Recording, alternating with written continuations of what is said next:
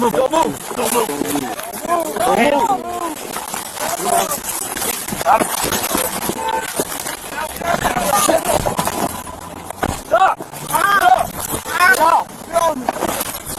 Stop. Stop, man. Just let me out. Let me out. Stop. Stop, bro. Shoot. Stop.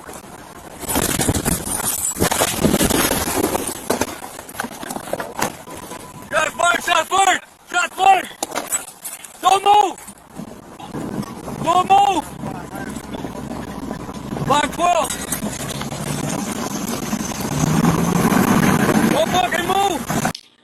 Welcome back, my PBN family. Welcome back. Another episode of Old School Cops.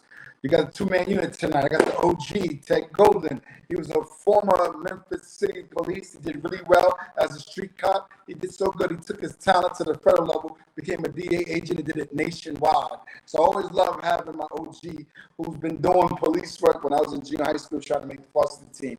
Always like to have him in the squad because there's always something to learn from a guy like OG Ted Golden. This particular video, this is just crazy. Like, when I look at videos like this, deadly force was used. Then they ran into somebody's house, right? And I know that you guys like to say, oh, if it wasn't for the idiot trying to drive away with the police in the back seat, this would have never happened. Stop saying that. Y'all sound so stupid saying that. Because, oh, people just gave up. If people would do what they're supposed to do, we wouldn't need cops. We have a small percent of people in society that just don't follow the rules. Because of that, right, now we have law enforcement that's supposed to go out and enforce law and take these guys off the street. And you're not getting anybody that's just putting on that uniform saying, hey, I volunteer to do this. No, we take them in, we give them background checks, and then we train them. We train them, and we overtrain them. Then you take that training and you hope they apply common sense to the training, which creates a professional law enforcement. I know you guys are going to say, oh, look at this, look at that. I get it, because they only show you what the bad is. That's what social media does. That's what TV do. We have firsthand, we've seen it done right more than we've seen it done wrong. But I don't knock you guys because your experience is your experiences. Our experience just happened to be broader because we're from the community and we became law enforcement officers. So we get to see the balance of both sides. Most of you guys haven't. I say that to say these guys were just stupid. Like you got a car, you got a subject in the car asleep. I'm looking at so much of what was in front of this car. It was easy. It was just so easy. The first thing I did was put a unit right in front of the car. Like, that's the first common sense that if this guy wakes up, he's going to pull off. He's going to pull off. You can see in the car, you're looking for any weapons. You're looking around because we've seen incidents where people fall asleep. They got a gun. They got it in the lap. They got it in the seat. And then they get rattled because they jump out of sleep and they reach for their gun. Right? So, with that said, we have experience of seeing these things happen. Why would you not stop? The only thing that I would really be worried about outside of a weapon in that car is him waking up, driving off. Stop the car from being able to do that. You could have easily done that. Just put a unit right in front. He was asleep. The guy was in the car asleep. He was able to open the car door, crawl inside before he was able to jump up. Yo, put a unit in front of the car. It was just that. Putting a unit in front of the car would have prevented everything after that. Everything after that. Like the cops in the back, like, oh my God, you know, he got to say I'm in fear for my life. What you wouldn't? I can see he was just in the back, was taking a fucking ride. The guy was just driving. He probably stop, let me out. So he used deadly force because deadly force says if an officer's perception of the threat level is causing serious bodily harm or his life was going to be taken, he's allowed by policy, by law, to use deadly force. I don't see how you can argue against that. He was in the back screaming like a, I was about to say something. He was in the back screaming like someone that was in fear. Don't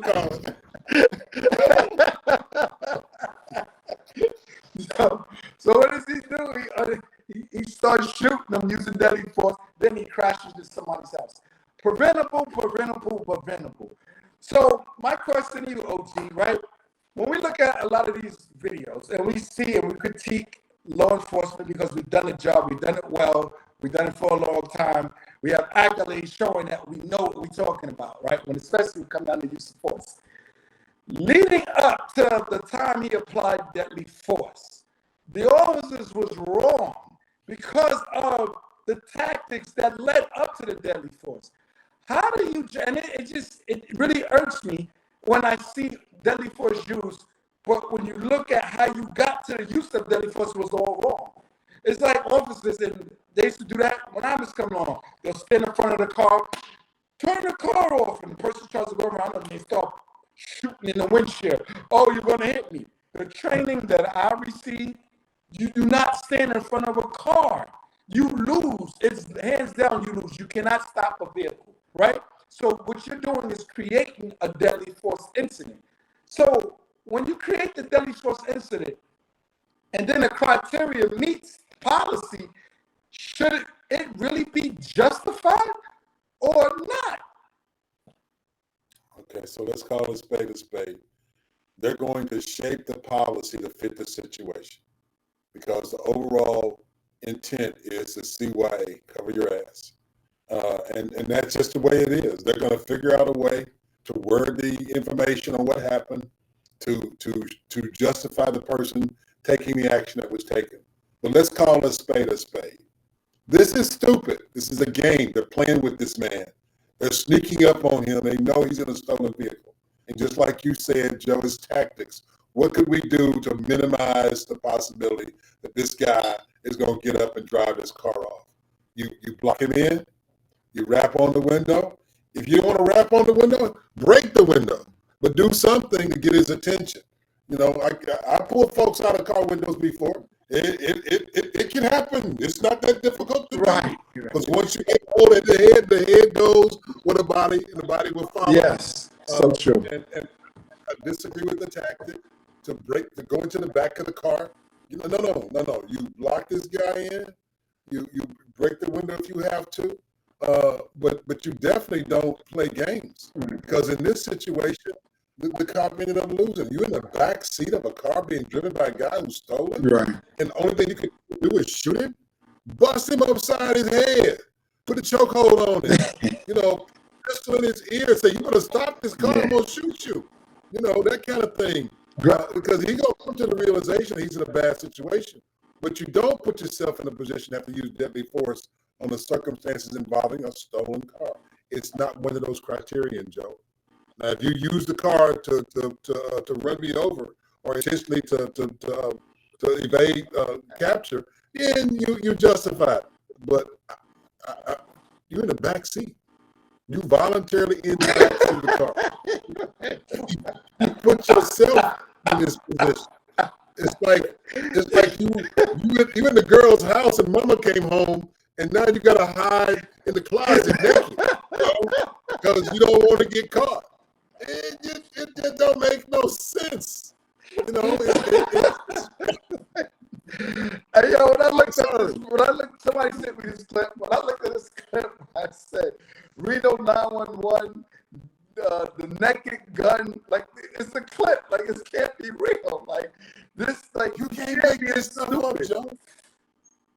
I mean, I've been involved in some stuff that might be questionable. Some people got themselves in situations they shouldn't have got themselves in. But this mess I'm seeing now, this is beyond anything I've ever seen. Where in your instructional manual does it say 3 cops stand over here and watch this other guy pick up on the guy in the stolen car and see what happens? They're all standing like Keystone cops, and his dumb ass is in the back seat. I'm sorry. I know I'm wrong. Just imagine, right? Hey, Ted, forgive me. You can't make this stuff up, man. Just imagine you one of the guys stand out the car and you see this guy wake up and just pull off, and you see your partner just Watch him. He's in the back taking a ride. We got plenty of training material on what not to do, Joe. They could have a whole week of what not to Yes. do. Okay, a whole week of what not. Maybe to that do. should be the new title of our training. we go to police academies, sheriff's department. This week we're gonna talk about what not to do, and just show all these fucking videos and have a discussion about it. Like, use your head. Like, here's the part that bothers me the most. For most of us in situations where we've lost officers and agents, usually there's an audio recording and not a video. And those audios really capture everything. We had a guy in Baltimore that was killed in an undercover situation. You could hear him take his last breath on the audio. One of the girls in the DEA training class when he was with him was a friend of his, and it really impacted her having to hear the video while we were in DEA training, explaining what happened. He got into an uncover situation, not safe, and he thought he was Superman, basically, and unfortunately he lost his life. And I'm not gonna lie to you, I've been in those situations before. I've made some mistakes, walked into places I shouldn't have been in, and by the grace of God, I survived. You get caught up in it. You think that you are Superman and you can survive any situation, and that this guy's not gonna know who you are. But sometimes it happens. They do figure out you're a cop, and you gotta be able to hold on to everybody else gets there. Yeah. And realistically, that's when I stopped having undercover situations inside apartments or buildings. Everything I did after I walked in that place I shouldn't have been in was outside. I didn't go back in nobody else's house where I couldn't get out of, or in an apartment complex where nobody could get to me. That's just common sense. But we got to get better at more or less just creating scenarios so folks can understand what not to do. Yeah, you heard it. You heard it from the one and only Ted Golden, OG of law enforcement. You guys be safe.